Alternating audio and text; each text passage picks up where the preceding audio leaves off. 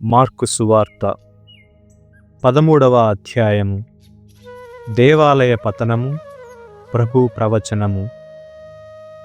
యేసు దేవాలయము నుండి వెళ్ళుచుండగా శిష్యులలో ఒకడు, గురుదేవా, ఈ రాళ్ళు ఎట్టివో, ఈ కట్టడములు ఎట్టివో చూడుడు అనెను. మీరు చూచు ఈ గొప్ప కట్టడములు రాతి మీద రాయి నిలువక నేలమట్టమగును అని యేసు పలికెను. శ్రమలు, హింసలు. యేసు ఒలీవు కొండపై దేవాలయమునకు ఎదురుగా ఏకాంతమున కూర్చుండి ఉండగా పేతురు, యాకోబు, యోహాను, ఆంద్రేయులు వచ్చి, ఇవి అన్నియు ఎప్పుడు సంభవించును? వీని రాకడకు సూచన ఏమి అని అడిగిరి. యేసు వారితో ఇట్లు చెప్పసాగెను. మిమ్ము ఎవ్వరూ మోసగింపకుండుట మెలకువ కలిగి ఉండుడు. అనేకులు నా పేరిట వచ్చి, నేనే ఆయనను అని ఎందరినో మోసగింతురు. మీరు యుద్ధములను గూర్చియు వానికి సంబంధించిన వార్తలను గూర్చియు వినునప్పుడు కలవరపడకుడు. ఇవి అన్నియు జరిగి తీరును, అంతలోనే అంతము రాదు. జాతికి జాతి, రాజ్యమునకు రాజ్యము విరుద్ధముగా లేచును. అనేక ప్రదేశములందు భూకంపములు కలుగును, క్షామములు సంభవించును. ఇవి అన్నియు వేదనలకు ప్రారంభ సూచనలు. మీరు మెలకువతో వర్తింపుడు. ప్రజలు మిమ్ము బంధించి న్యాయస్థానమునకు అప్పగింతురు. ప్రార్థనా మందిరములలో మిమ్ము చెండాడుదురు. అధిపతుల ఎదుట, రాజుల ఎదుట మీరు నాకు సాక్షులై నిలిచెదరు. కనుక ముందుగా సమస్త జాతుల వారికి సువార్త ప్రకటింపబడవలెను. మిమ్ము అప్పగింప పట్టుకొని పోవునప్పుడు మేము ఏమి చెప్పవలెను అని మీరు ఆతురత పడవలదు. ఆ సమయమున మీకు వసగబడిన దానినే మాట్లాడుడు. ఏలయన మాట్లాడునది మీరు కాదు, పవిత్రాత్మయే. సోదరుడు సోదరుని, తండ్రి కుమారుని మృత్యువునకు అప్పగించును.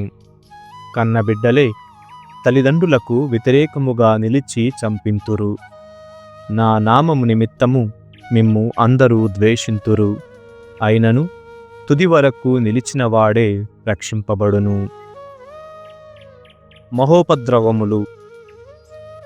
మీరు హేయమైన వినాశనము నిలువరాని చోట నిలుచుట చూచినప్పుడు పఠించువాడు గ్రహించుగాక. యూదయ సీమలో ఉన్నవారు పర్వతములకు పారిపోవలెను. మిద్దెపై నున్నవాడు సామాగ్రి కొరకు ఇంటిలోనికి దిగిరాకూడదు. పొలములో పనిచేయువాడు తన పై వస్త్రము తీసుకునుటకు వెనుకకు మరలిపోరాదు. ఆ రోజులందు గర్భిణులకు, బాలింతలకు ఎంత బాధాకరము! ఇది శీతాకాలమందు కాకుండునట్లు ప్రార్థింపుడు. ఆ రోజులందు సంభవింపనున్న ఆపదలు సృష్టి ఆరంభము నుండి నేటి వరకును రాలేదు, ఇక ముందు రావు. దేవుడు ఆ రోజుల సంఖ్యను తగ్గింపకున్నచో ఎవ్వడునూ జీవింపడు. కాని ఎన్నుకొనబడిన వారి నిమిత్తము అవి తగ్గింపబడెను. అప్పుడు మీలో ఎవడైనా, ఇదిగో క్రీస్తు ఇక్కడ ఉన్నాడు లేక అక్కడ ఉన్నాడు అని చెప్పినా మీరు నమ్మవద్దు. కపట క్రీస్తులు, కపట ప్రవక్తలు బయలుదేరి సాధ్యమైన ఎడల దేవుడు ఎన్నుకొనిన వారిని మోసగించుటకు గొప్ప వింతలను, మహత్కార్యములను చేయుదురు. మీరు జాగరూకులై ఉండుడు. ఇదిగో ముందుగానే సమస్తము మీతో చెప్పియున్నాను. మనుష్య కుమారుని పునరాగమనము. ఆ రోజులందు ఆ మహావిపత్తు గతించిన వెంటనే సూర్యుడు అంధకారబంధురుడగును, చంద్రుడు కాంతిహీనుడగును, అంతరిక్షము నుండి నక్షత్రములు రాలును, అంతరిక్ష శక్తులు కంపించును. అప్పుడు మనుష్య కుమారుడు మహాశక్తితో, మహామహిమతో మేఘారూఢుడై వచ్చుటను జనులెల్లరూ చూతురు. అప్పుడు ఆయన దూతలను పంపి భూలోకము మొదలుకొని ఆకాశము వరకు నలుదిశల నుండి తాను ఎన్నుకొనిన వారిని ప్రోగు చేయించును. అంజూరపు చెట్టు ఉపమానము. అంజూరపు చెట్టు నుండి ఈ గుణపాఠము నేర్చుకునుడు. దాని రెమ్మలు లేతవై చిగురించినప్పుడు వసంతకాలము వచ్చినదని గుర్తింతురు. అట్లే వీనిని అన్నింటినీ మీరు చూచునప్పుడు ఆయన సమీపముననే వాకిటనే ఉన్నాడని గ్రహింపుడు. ఇవన్నీయు నెరవేరునంతవరకు ఈ తరము గతింపదని మీతో వక్కాణించుచున్నాను. భూమ్యాకాశములు గతించిపోవును గాని నా మాటలు గతించిపోవు. లోకాంత్యము ఎప్పుడు? ఆ రోజు ఆ ఘడియ ఎప్పుడు వచ్చునో నా తండ్రి తప్ప పరలోకమందు దూతలు గాని కుమారుడు కాని మరెవ్వరునూ కాని ఎరుగరు. ఆ సమయము ఎప్పుడు వచ్చునో మీకు తెలియదు. కావున జాగరూకులై ఉండుడు. ఆ ఘడియ ఇట్లుండును: ఒకానొకడు దేశాటనము వెళ్ళుచు తన సేవకులను ఆయా కార్యములందు నియమించి మెలకువతో నుండుమని ద్వారపాలకుని హెచ్చరించెను. యజమానుడు సాయం సమయముననో అర్ధరాత్రముననో కోడి కూయు వేళనో ప్రాతకాలముననో ఎప్పుడు వచ్చునో మీకు తెలియదు. కనుక మేలుకొని ఉండుడు. ఒకవేళ అతడు అకస్మాత్తుగా వచ్చి మీరు నిద్రించుచుండుట చూడవచ్చును. మీకు చెప్పునదే అందరికీ చెప్పుచున్నాను, జాగరూకులై ఉండుడు. 14వ అధ్యాయము. క్రీస్తుపై కుట్ర. పాస్కా పులియని రొట్టెల పండుగకు 2 దినములకు ముందు ప్రధానార్చకులు ధర్మశాస్త్ర బోధకులు కపటోపాయముచే యేసును ఎట్లు బంధించి చంపుదుమా అని సమాలోచనము చేయసాగిరి. కాని ప్రజలలో అలజడి కలుగునని అది పండుగలో చేయతగదని తలంచిరి. బెతానియాలో అభిషేకము. యేసు బెతానియా గ్రామమున కుష్ఠరోగియగు సీమోను ఇంట భోజనమునకు కూర్చుండి ఉండగా ఒక స్త్రీ విలువైన పరిమళ తైలము గల పాత్రతో వచ్చి ఆ పాత్రను పగులగొట్టి దానిని ఆయన శిరస్సుపై పోసెను. అది చూచిన కొందరు కోపపడి, ఈ వృథా వ్యయము ఎందుకు?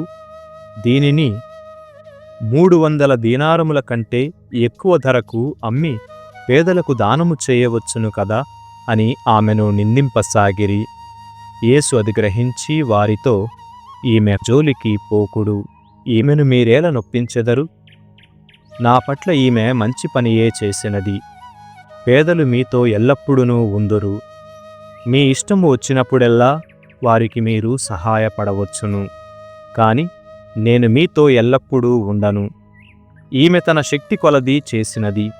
భూస్థాపనార్థము నా శరీరమును ముందుగానే ఈమె పరిమళముతో అభిషేకించినది. ప్రపంచమునందంతటా ఈ సువార్త ఎచ్చట బోధింపబడును, అచ్చట ఈమె చేసినది ఈమె జ్ఞాపకార్థము ప్రశంసింపబడునని మీతో వక్కాణించుచున్నాను అనెను. గురుద్రోహము. 12లో ఒకడగు యూదా ఇస్కారియోతు యేసును పట్టి ఇచ్చుటకై ప్రధానార్చకుల వద్దకు వెళ్ళెను. అది విని వారు మిగుల సంతసించి వానికి కొంత రొక్కమును ఇచ్చుటకు వాగ్దానము చేసిరి. కనుక వాడు ఆయనను పట్టి ఇచ్చుటకు కాచుకొనియుండెను. కడరాత్రి భోజనము. పాస్క బలి సమర్పించు పులియని రొట్టెల పండుగ మొదటి దినమున శిష్యులు యేసు వద్దకు వచ్చి, మేము మీకు ఎచ్చట పాస్క భోజనమును సిద్ధపరుపగోరుచున్నారు అని అడిగిరి. అప్పుడు ఆయన 2 శిష్యులను పంపుచు, మీరు పట్టణములోనికి పొండు, అచ్చట కడవతో నీటిని తీసుకొని వచ్చు ఒక మనుష్యుడు మీకు ఎదురుపడును. మీరు అతనిని వెంబడించి అతడు ప్రవేశించిన ఇంటికి వెళ్ళి ఆ ఇంటి యజమానునితో, నా శిష్యులతో నేను పాస్క భోజనము భుజింపవలసిన అతిథిశాల ఎక్కడా అని మా గురువు అడుగుచున్నాడు అని చెప్పుడు. అప్పుడు అతడు, మేడపై సిద్ధపరపబడిన విశాలమైన గదిని మీకు చూపును, అందు మనకు పాస్క భోజనమును సిద్ధపరపుడు అని చెప్పెను. అంతటా ఆ శిష్యులు బయలుదేరి నగరములో ప్రవేశించి యేసు చెప్పినట్లు కనుగొని పాస్క భోజనమును సిద్ధపరచిరి. సాయం సమయమున 12 శిష్యులతో యేసు అచటకు వచ్చెను. వారు భోజనము చేయుచుండా ఆయన వారితో, ఇక్కడ నాతో భుజించుచున్న మీలో ఒకడు నన్ను శత్రువులకు అప్పగించునని మీతో నిజముగా చెప్పుచున్నాను అనెను. అందుకు వారు మిగుల చింతించి, నేనా నేనా అని ఒక్కొక్కరు అడుగసాగిరి. అందుకు ఆయన, పన్నిద్దరిలో ఒకడు నాతో ఈ పాత్రలోనే రొట్టెను అద్దుకొనువాడే. మనుష్య కుమారుని గూర్చి వ్రాయబడినట్లు ఆయన మరణించును, కాని మనుష్య కుమారుని అప్పగించువానికి అయ్యో అనర్థము. అతడు జన్మింపకుండినా అతనికి మేలుగా ఉండెడిది అనెను. ప్రభు భోజనము. వారు భుజించుచుండగా యేసు రొట్టెనందుకొని ఆశీర్వదించి త్రుంచి తన శిష్యులకు ఇచ్చుచు, దీనిని మీరు తీసుకుని భుజింపుడు, ఇది నా శరీరము అనెను. తరువాత ఆయన పాత్రమును అందుకొని కృతజ్ఞతా స్తోత్రములు చెల్లించి వారికి అందించెను. దాని నుండి వారు అందరూ త్రాగిరి. యేసు వారితో, ఇది అనేకుల కొరకు చిందబడనున్న నూతన నిబంధన యొక్క నా రక్తము. ఇది మొదలు దైవరాజ్యములో ద్రాక్షరసమును నూతనముగా పానము చేయు రోజు వరకు దీనిని ఇక త్రాగనని మీతో నిశ్చయముగా చెప్పుచున్నాను అనెను. వారొక స్తుతిగీతము పాడిన పిదప ఒలీవు కొండకు వెళ్ళిరి. పేతురు బొంకు ప్రభు ప్రవచనము. అప్పుడు యేసు వారితో, మీరు నన్ను విడిచిపోయెదరు, ఎలయన నేను గొర్రెల కాపరిని కొట్టుదును, గొర్రెలన్నీయు చెల్లాచెదరగును అని వ్రాయబడియున్నది. కాని నేను సజీవునిగా లేపబడిన పిదప మీకంటే ముందు గలిలియా సీమకు వెళ్ళదను అని పలికెను. అందరూ మిమ్ము విడిచి వెళ్ళినను నేను మాత్రము మిమ్ము విడిచి వెళ్ళను అని పేతురు పలికెను. అందుకు యేసు, ఈ రాత్రి కోడి రెండవ మారు కూయకు మునిపే నీవు నన్ను ఎరుగను అని ముమ్మారు బొంకెదవు అని నీతో నిశ్చయముగా చెప్పుచున్నాను అనెను. అప్పుడు పేతురు ఆయనతో, మీతో మరణింపవలసి వచ్చినను నేను మిమ్ము ఎరుగను అని బొంకను అని నొక్కి పలికెను. అట్లే శిష్యులందరూ చెప్పిరి. గెత్సెమనిలో ఆవేదన. అంతట యేసు తన శిష్యులతో గెత్సెమనే తోటకు వచ్చి, నేను ప్రార్థన చేసుకుని వచ్చు వరకు మీరెచ్చట కూర్చుండు అని చెప్పెను. పేతురు, యాకోబు, యోహానులను తనతో వెంట పెట్టుకొని పోయెను. అప్పుడు ఆయన ఆవేదన పడుచు చింతాక్రాంతుడాయెను. ఆయన వారితో, నా ఆత్మ మరణవేదన పడుచున్నది, మీరిచ్చటనే ఉండి జాగరణ చేయుడు అని పలికెను. ఆయన కొంత దూరము వెళ్ళి నేలపై సాగిలపడి, సాధ్యమైన ఎడల ఆ గడియ తన నుండి తొలగిపోవలేనని ప్రార్థించెను. అబ్బా తండ్రి, నీకు అసాధ్యమైనది ఏదియూ లేదు. ఈ పాత్రమును నా నుండి తొలగింపుము. అయినను నా ఇష్టము కాదు, నీ చిత్తమే నెరవేరనిమ్ము అని ప్రార్థించెను. అంతటా ఆయన తన శిష్యుల యొద్దకు వచ్చి వారు నిద్రించుటను చూచి పేతురుతో, సీమోను, నిద్రించుచున్నావా? 1 గంట సేపైనా మేల్కొని ఉండలేకపోతివా అని వారితో, మీరు శోధనకు గురికాకుండుటకై మేల్కొని ప్రార్థింపుడు. ఆత్మ ఆసక్తి కలిగియున్నను దేహము దుర్బలముగా ఉన్నది అనెను. ఆయన మరలా 2వ మారు వెళ్ళి అట్లే ప్రార్థించెను. తిరిగి వచ్చి వారి నేత్రములు నిద్రాభారముచే మూతబడుచుండుట చూచెను. ఆయనకు ఏమి చెప్పవలెనో వారికి తోచలేదు. ఆయన 3వ పర్యాయము వచ్చి వారితో, మీరు ఇంకనూ నిద్రించుచు విశ్రమించుచున్నారా? ఇక చాలును, గడియ సమీపించినది. ఇదిగో, ఇప్పుడే మనుష్య కుమారుడు పాపుల చేతికి అప్పగింపబడబోచున్నాడు. లెండు, పోదము రండు, నన్ను పట్టి ఇచ్చువాడు సమీపించుచున్నాడు అనెను. శత్రువుల చేతిలో ప్రభువు.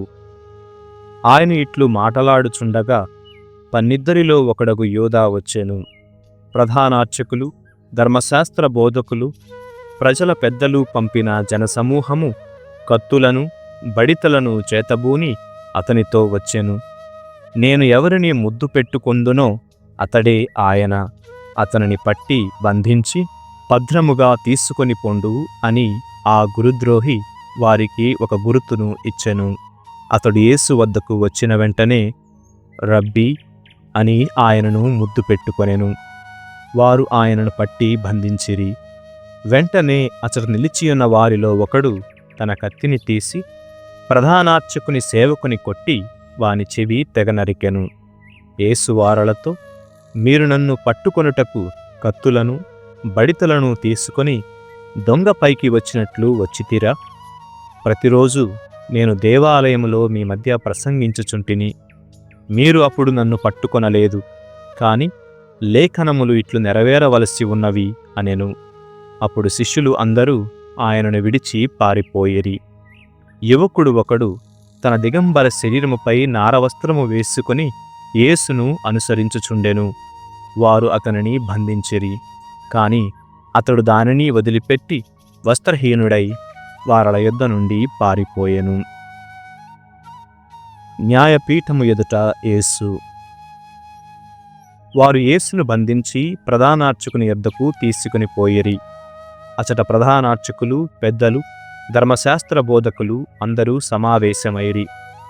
పేతురు దూరదూరముగా యేసును అనుసరించుచు ప్రధానార్చకుని గృహ ప్రాంగణమున ప్రవేశించి పరిచారకులతో కలిసి చలిమంట యొద్ద కూర్చుండెను. ప్రధానార్చకులు, న్యాయస్థానాధిపతులందరూ యేసుకు మరణశిక్ష విధించుటకై సాక్ష్యములు వెదుకనారంభించిరి. కాని వారికి ఏమీయూ లభింపలేదు. జనులు అనేకులు ఆయనకు విరుద్ధముగా తప్పుడు సాక్ష్యములు చెప్పిరి. కాని వారి సాక్ష్యములు ఒకదానితో ఒకటి పొసగలేదు. అప్పుడు కొందరు లేచి ఆయనకు విరుద్ధముగా సాక్ష్యము ఇచ్చుచు, మానవ నిర్మితమగు ఈ దేవాలయమును ధ్వంసము చేసి తిరిగి 3 రోజులలో మానవ నిర్మితము కాని వేరొక దేవాలయమును నిర్మింపగలనని ఇతడు చెప్పుచుండగా మేము స్వయముగా వింటిమి అనిరి. కాని ఈ సాక్ష్యము కూడా సరిపడలేదు. అప్పుడు ప్రధానార్చకుడు లేచి సభామధ్యమును నిలవబడి యేసును చూచి, నీపై మోపబడిన నేరమునకు ఏమి సమాధానము ఇచ్చెదవు అని ప్రశ్నించెను. ఆయన బదులు పలుకక మౌనము వహించెను. మరలా ప్రధానార్చకుడు ఆయనను, దేవుని కుమారుడవగు క్రీస్తువు నీవేనా అని ప్రశ్నించెను. అందుకు యేసు, అవును నేనే. సర్వశక్తిమంతుని కుడి ప్రక్కన మనుష్య కుమారుడు కూర్చుండి ఉండుటయు ఆకాశమున మేఘారూఢుడై వచ్చుటయు మీరు చూడగలరు అని సమాధానము ఇచ్చెను. అప్పుడు ప్రధానార్చకుడు తన వస్త్రములను చింపుకొని, ఇప్పుడు ఇక మనకు సాక్షులతో పని ఏమి? ఇతని దేవదూషణ మీరును వింటిరి కదా, మీ ఉద్దేశమేమి అని అడిగెను. వారందరూ ఏకకంఠముతో ఇతడు మరణదండనకు పాత్రుడు అని నిర్ణయించిరి. కొందరు ఆయనపై ఉమిసిరి. మరికొందరు ఆయన ముఖమును మూసి గ్రుద్దుచు, నిన్ను గ్రుద్దిన వారెవరు? ప్రవచింపుము అని హేళన చేసిరి. భటులు ఆయనను పిడికిళ్లతో గ్రుద్దిరి. పేతురు బొంకు. పేతురు ఆ గృహ ప్రాంగణమున ఉండగా ప్రధానార్చకుని దాసీలలో ఒకతి వచ్చి చలికాచుకొనుచున్న పేతురును చూచి, నీవు కూడా నజరేతు నివాసియగు యేసు వెంట ఉన్నవాడవు కావా అని ప్రశ్నించెను.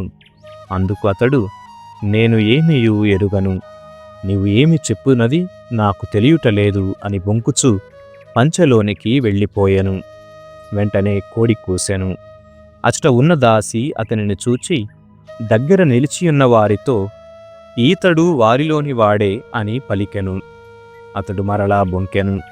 ఆ పిదప అచట ఉన్నవారు పేతురును చూచి, నీవు నిశ్చయముగా వారిలోని వాడవే, నీవును గలిలయ నివాసివే అనిరి. అందుకు పేతురు శపించుకొనుచు ఆనపెట్టి, మీరు చెప్పుచున్న ఆ మనుష్యుని ఎరుగనే ఎరుగను అని పలికెను. అంతలో 2వ పర్యాయము కోడి కూసెను. కోడి 2 పర్యాయములు కూయకమునిపే, ముమ్మారు నీవు నన్ను ఎరుగనని పలుకుదువు అని యేసు చెప్పిన మాటలు జ్ఞాపకము రాగా పేతురు వెక్కి వెక్కి ఏడ్చెను. 68వ కీర్తన. విజయగీతము. దేవుడు లేచునుగాక, అతని శత్రువులు చెల్లాచెదురగుదురుగాక. అతనిని ద్వేషించువారు పారిపోవుదురుగాక. అతడు వారిని పొగను వలె చెదరగొట్టునుగాక. నిప్పు ఎదుట మైనము వలె దేవుని ఎదుట దుష్టులు కరిగిపోవుదురుగాక. కాని నీతిమంతులు దేవుని గాంచి సంతసింతురు. వారు మహానందము చెందుదురుగాక. ప్రభువు మీద పాటలు పాడుడు, అతని నామమును కీర్తింపుడు. మేఘములపై స్వారీ చేయు దేవునికి మార్గము సిద్ధము చెయ్యుడు. ఆయన పేరు ప్రభువు. అతనిని చూచి సంతసింపుడు. పవిత్ర మందిరమున వసించు దేవుడు అనాథులకు తండ్రి, వితంతువులకు ఆదరువు. అతడు ఒంటరి వానికి ఇంటి నొసగును.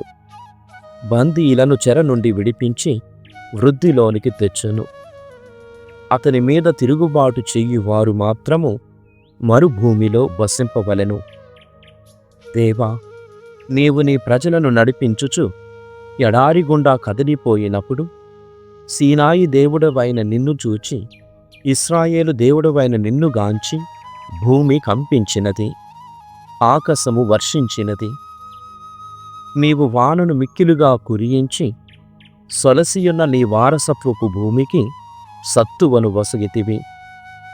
నీ ప్రజలు ఆ నేల మీద నివాసము ఏర్పరచుకొనిరి. ఉదార బుద్ధితో నీవు పేదల అక్కరులు తీర్చితివి. దేవుడు ఆజ్ఞ ఇచ్చెను, రాజులు వారి సైన్యములతో పారిపోవుచున్నారని చాలామంది వార్త తీసుకొని వచ్చిరి. ఇండ్ల పట్టున స్త్రీలు కొల్ల సొమ్ము పంచుకొనిరి. ఆ ఉవిదలు వెండితో కప్పిన పావురపు రెక్కల వలె నొప్పిరి. తలతల మెరుగు పావురపు బంగారు రెక్కల వలె చూపట్టిరి. మీరు మాత్రము గొర్రెల దొడ్లలో కాలక్షేపము చేసితిరి. అచట మహోన్నతుడైన ప్రభువు రాజులను చెదరగొట్టి జాల్మోను కొండ మీద మంచు కురియించెను. బాషాను కొండ మహాపర్వతము, అది అనేక శిఖరములతో అలరారు పర్వతము. బాషాను, నీవు నీ ఉన్నత శిఖరములతో దేవుడు స్వయముగా వసింపగోరిన పర్వతమును చిన్నచూపు చూడనేలా? ప్రభువు ఆ కొండ మీద శాశ్వతముగా వసించును. ప్రభువు వేల కొలది మహారథములతో సీనాయి నుండి తన పవిత్ర స్థలమునకు ఏతించుచున్నాడు. అతడు చాలామంది బందీలను వెంటగొని తన ఉన్నత పర్వతమును అధిరోహించెను. తిరుగుబాటు చేయు వారి నుండి కానుకలు గైకొనెను. దేవుడైన ప్రభువు అతడి నివాసము చెయ్యును. దినదినము మన భారములు మోయు ప్రభువునకు స్తుతి కల్కొనుగాక. మనలను రక్షించువాడు అతడే. మన దేవుడు రక్షణమును దయచేయువాడు. ప్రభువైన దేవుడు మనలను మృత్యువు నుండి తప్పించును. ప్రభువు తన విరోధుల శరములు పగలగొట్టును. దౌష్ట్యమును విడనాడని వారి కపాలములు బ్రద్దలు చెయ్యును. నేను బాషాను నుండి మీ శత్రువులను మరణించుకొని వచ్చెదను. సముద్ర గర్భము నుండి వారిని కొని వచ్చెదను. మీ పాదములను వారి నెత్తుటిలో కడుగుదురు. మీ కుక్కలు వారి రక్తమును నాకును అని ప్రభువు భాష చేసెను. దేవా, నీ ఊరేగింపును ఎల్లరునూ జూచిరి.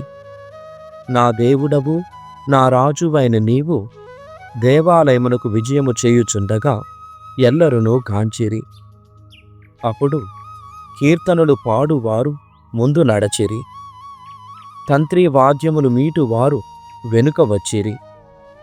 తంబురను వాయించు యువతులు మధ్య నడచిరి. భక్త సమాజమున ప్రభువును స్తుతింపుడు.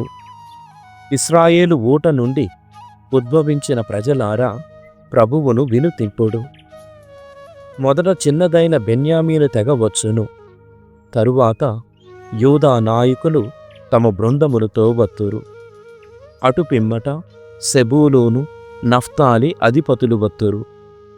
ప్రభు, రాజులు కానుకలు తెచ్చడి యెరూషలేములోని నీ మందిరము నుండి నీ బలమును ప్రదర్శింపుము. నీవు మా పక్షమున వినియోగించిన శక్తిని మరలా చూపెట్టుము. రెల్లులోని మృగమును చీవాట్లు పెట్టుము. ఎద్దుల గుంపును, దూడలను, జనులను మందనింపుము. కప్పము కొరకు అత్యాశ గల వారిని నీ పాదముల క్రింద నలుగద్రొక్కుము. యుద్ధ కాముకులను చెల్లాచెదరు చేయుము.